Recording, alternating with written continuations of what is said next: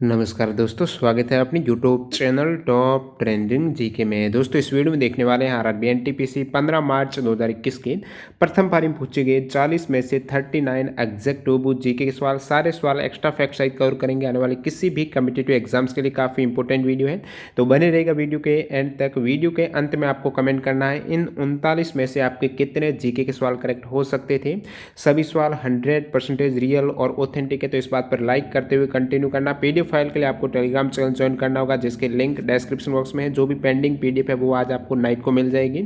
इन सभी कैंडिडेट का बहुत बहुत धन्यवाद जिन्होंने रियल और ऑथेंटिक सवाल है वो टेलीग्राम पर सेंड किए हैं।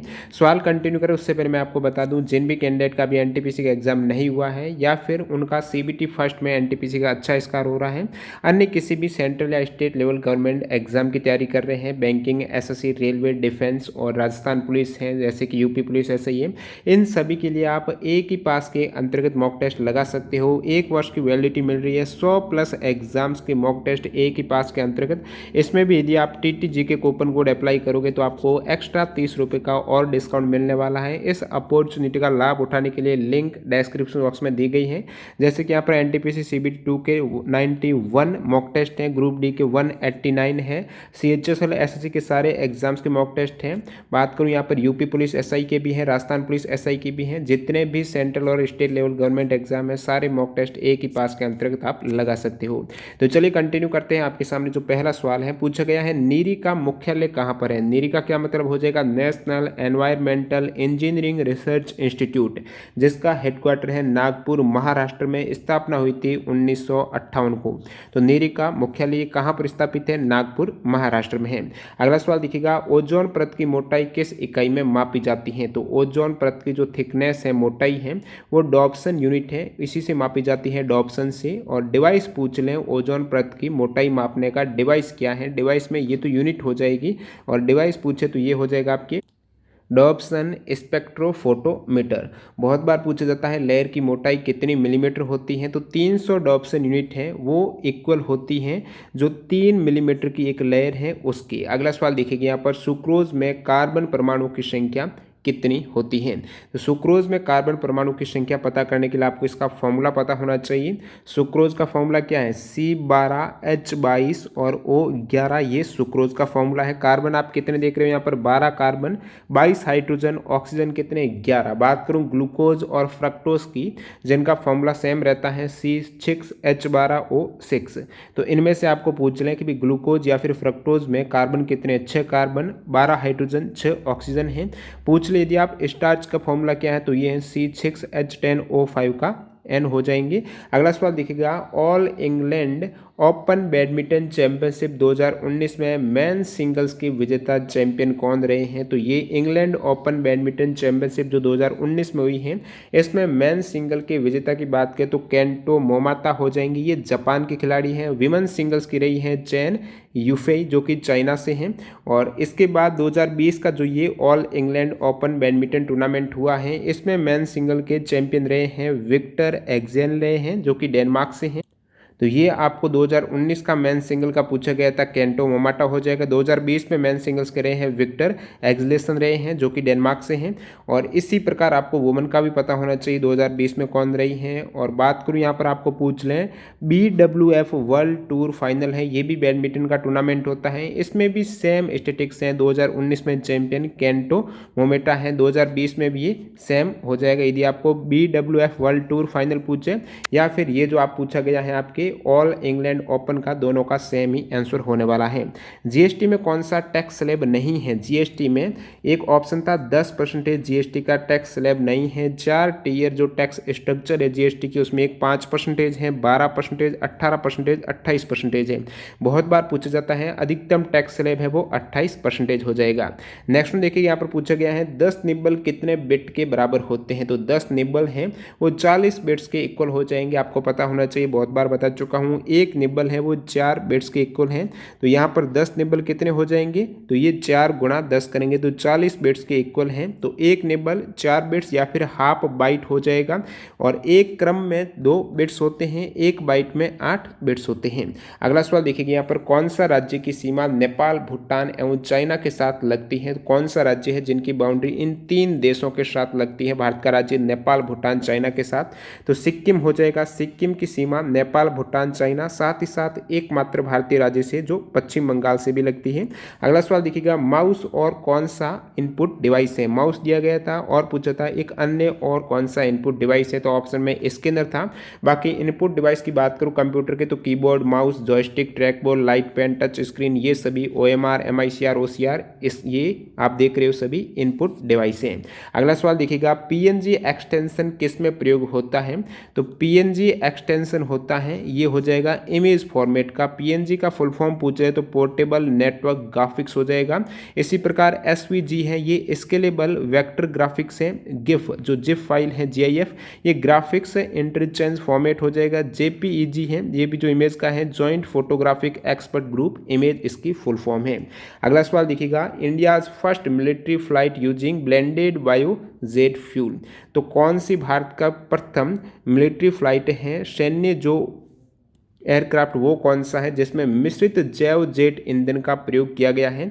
तो मिश्रित जैव जेट ईंधन का उपयोग करके भारत की पहली सैन्य उड़ान किस एयरक्राफ्ट ने भरी है। तो इसका नाम है AN-32 ट्रांसपोर्ट एयरक्राफ्ट है, जो कि ये 2018 में 17 दिसंबर 2018 को भारतीय वायुसेना के प्रमुख परीक्षण स्थल ASTE बेंगलुरु से ये उड़ान भरी है AN-32 सैनिक परिवहन विमान ने।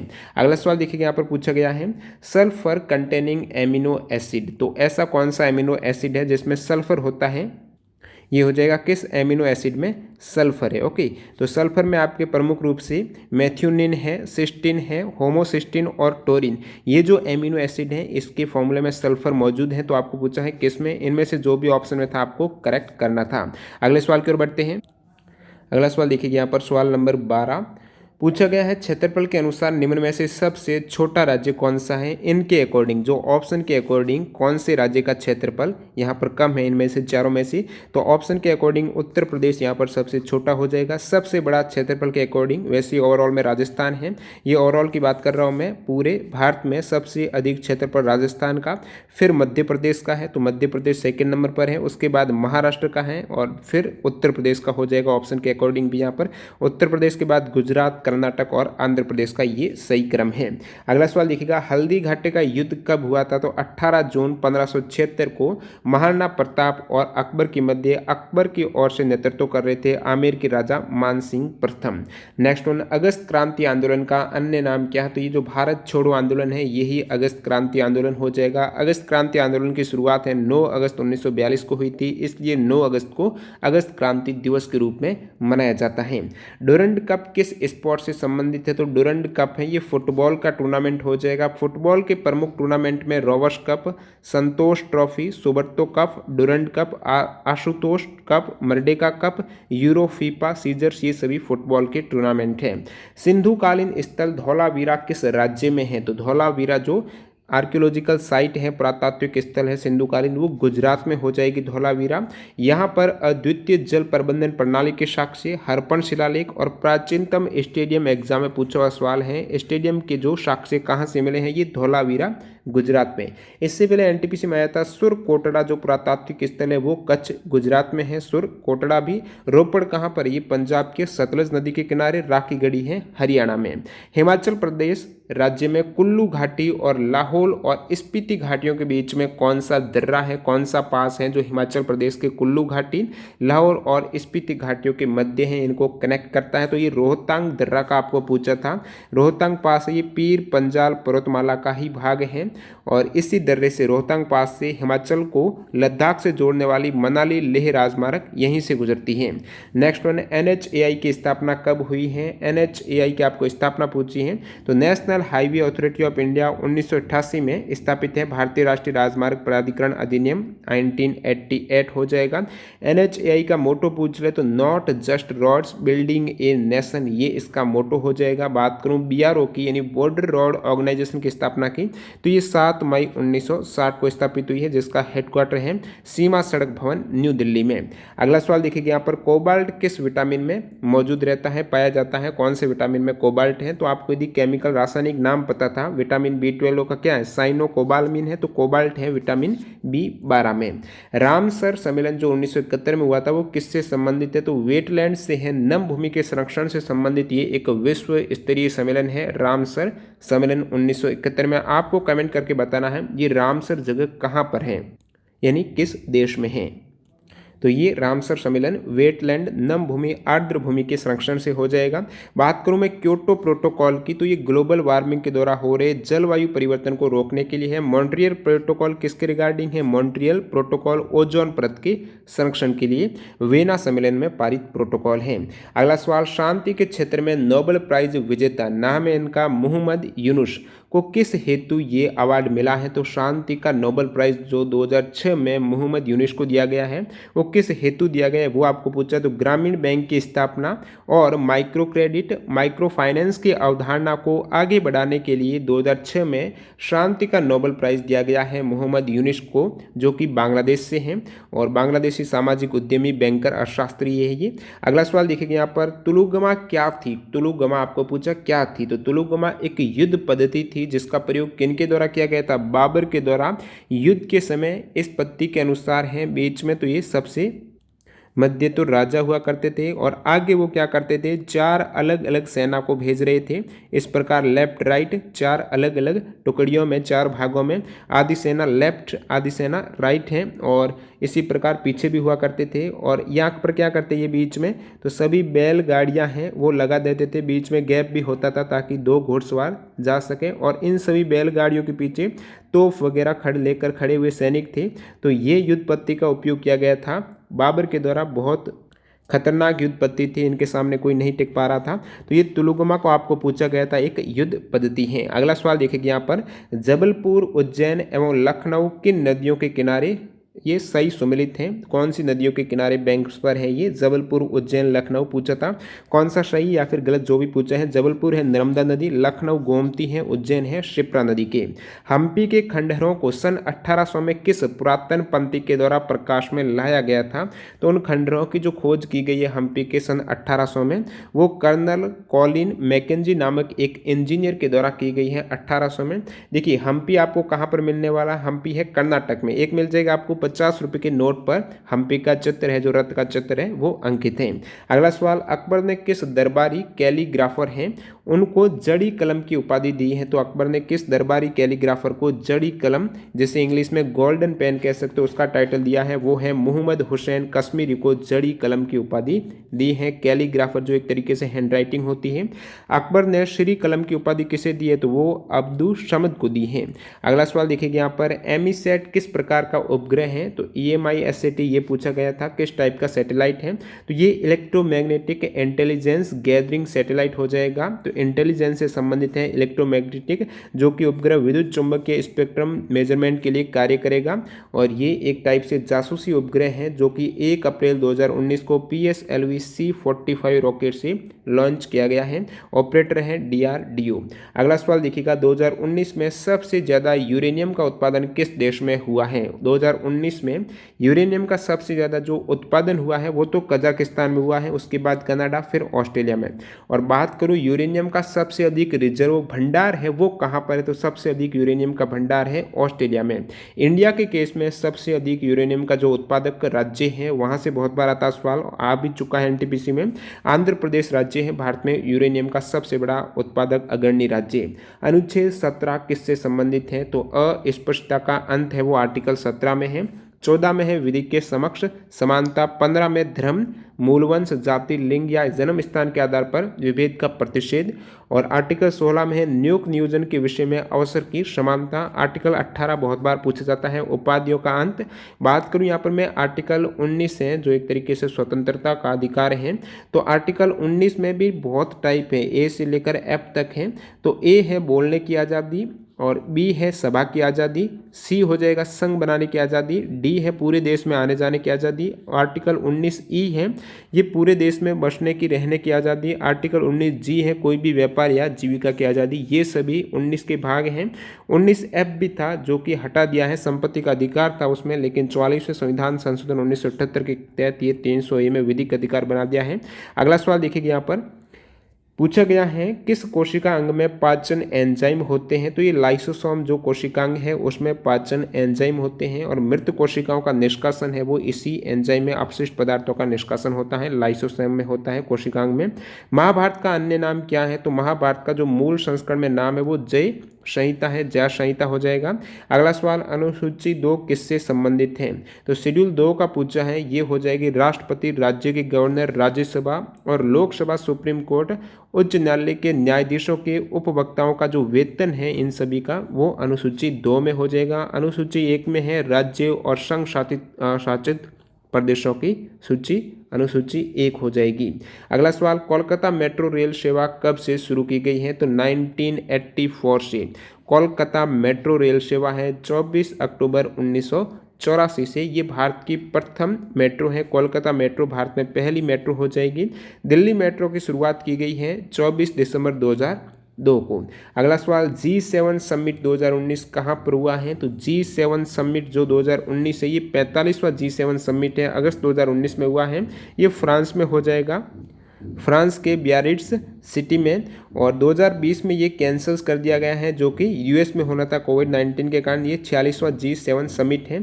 47वां G7 समिट है, ये जून 2021 में यूके में होने वाला है। G7 क्या है, एक अंतर्राष्ट्रीय अंतर सरकारी आर्थिक संगठन है जिसमें 7 IMF यानी दुनिया की उन्नत अर्थव्यवस्थाएं जैसे Canada, France, Germany, Italy, Japan, UK और यूएसए, टोटल 7 यहाँ पर देश इसमें सम्मिलित हैं। इसी प्रकार G20 भी है, 20 वित्त मंत्रियों और सेंट्रल बैंकों के गवर्नर्स का समूह है। G20 में जो प्रमुख समिट हुए हैं वो कहाँ पर है, जैसे कि 2019 का G20 पूछ लें तो जापान ओसाका में हुआ है, और 15वां जो 2020 में सऊदी अरब रियाद में, 16वां 2021 रोम इटली में, 17वां 2022 में ये इंडोनेशिया में, 18वां 2023 में इंडिया में, ये G20 है। अगला सवाल देखिएगा, राष्ट्रपति को अध्यादेश जारी करने की शक्ति किस अनुच्छेद में वर्णित है। तो आर्टिकल 123 के अंतर्गत वर्णित है अध्यादेश जारी करने की शक्ति।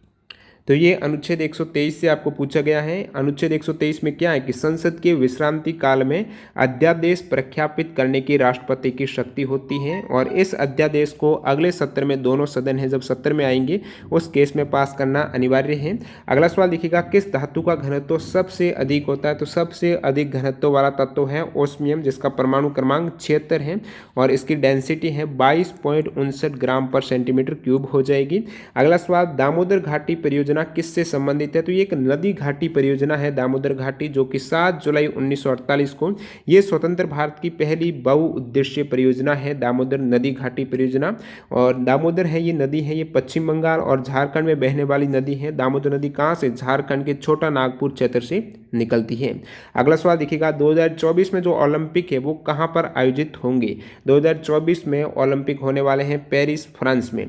2018 में ये समर ओलंपिक है 2024 में। 2018 में विंटर ओलंपिक कहाँ पर हुए हैं। तो 2018 में विंटर ओलंपिक हुए हैं साउथ कोरिया में हुए हैं। 2020 में समर ओलंपिक हैं जो कि अभी 2021 में टोक्यो जापान में होने वाले हैं। 2028 में समर ओलंपिक होंगे लॉस एंजल्स कैलिफोर्निया और यूएस में। 2022 में विंटर ओलंपिक कहाँ पर होने वाले, बीजिंग चाइना में। कौन सी महारत्न कंपनी नहीं है, तो आपको पता होना चाहिए 10 महारत्न कंपनी, ये सभी भारत हेवी इलेक्ट्रिकल्स लिमिटेड भेल है, भारत पेट्रोलियम कॉर्पोरेशन लिमिटेड है, कोल इंडिया है, गेल इंडिया है और हिंदुस्तान पेट्रोलियम कॉर्पोरेशन लिमिटेड है, इंडियन ऑयल है, एनटीपीसी तेल और प्राकृतिक गैस लिमिटेड है, और फिर आपकी power grid corporation of India limited है, steel authority of India limited है। ये सभी महारत्न कंपनी की लिस्ट हो गई। अंतिम सवाल, जीवों के वैज्ञानिक नामकरण की पद्धति जो द्विनाम नाम पद्धति है वो किसके द्वारा दी गई है, उनके जनक कौन है द्विनाम पद्धति के? कार्ल लिनियस हो जाएगा। और लिनियस को आधुनिक वर्गीकरण प्रणाली का पिता भी कहा जाता है। आपको पूछ लें पंच जगत प्रणाली के जनक कौन है, तो 1969 में आर.एच. व्हिटेकर ने दी थी। पंच जगत पूछा जाता कौन सा नहीं है, तो मोनेरा, प्रोटिस्टा, फंजाई, प्लांटी और एनिमिलिया इसमें आ जाएंगे। त्रिजगत तीन जगत पद्धति है वो अर्नेस्ट हिक्कल ने 1866 में दी थी। सबसे पहले जीव जगत को दो समूहों में अरस्तू ने वर्गीकृत किया था। अब देखिए रीजनिंग के कुछ सवाल जो मिले हैं जैसे विश्व वाले। एक सवाल था कौन सा विश्व है, काठमांडू, थिम्पू, ढाका, कराची है। ये राजधानी नहीं है, बाकी सभी देशों की राजधानी है। थिम्पू आपके भूटान की है, काठमांडू नेपाल की है, ढाका बांग्लादेश की है। पाकिस्तान की राजधानी क्या है, इस्लामाबाद है। अगला सवाल एक विषम का ये भी पूछा गया है, गाय, बकरी, खरगोश, बिल्ली इनमें से कौन सा ओड है? तो यहाँ पर सही तो बैठ रहा है बिल्ली हो सकता है क्योंकि ये सर्वारी है। बाकी सभी शाकाहारी घास खाते हैं, गाय है, बकरी है, खरगोश है। अब काफ़ी स्टूडेंट ये भी बता रहे हैं कि जेंडर के केस में खरगोश पुल्लिंग है, बाकी सभी ये आपके जेंडर में स्त्रीलिंग हो जाते हैं। और कुछ ये भी बता रहे हैं कि गाय, बकरी, बिल्ली पालतू है, खरगोश नहीं है। अब सही लॉजिक कौन सा होगा वो कमेंट करके आप बता सकते हो। विषम कौन सा है, कुछ इस टाइप से ऑप्शन थे, northern railway, western railway, east coast railway, west coast railway. यदि आपको 18 रेलवे जोन का पता है तो आप इजीली इसको कर सकते थे।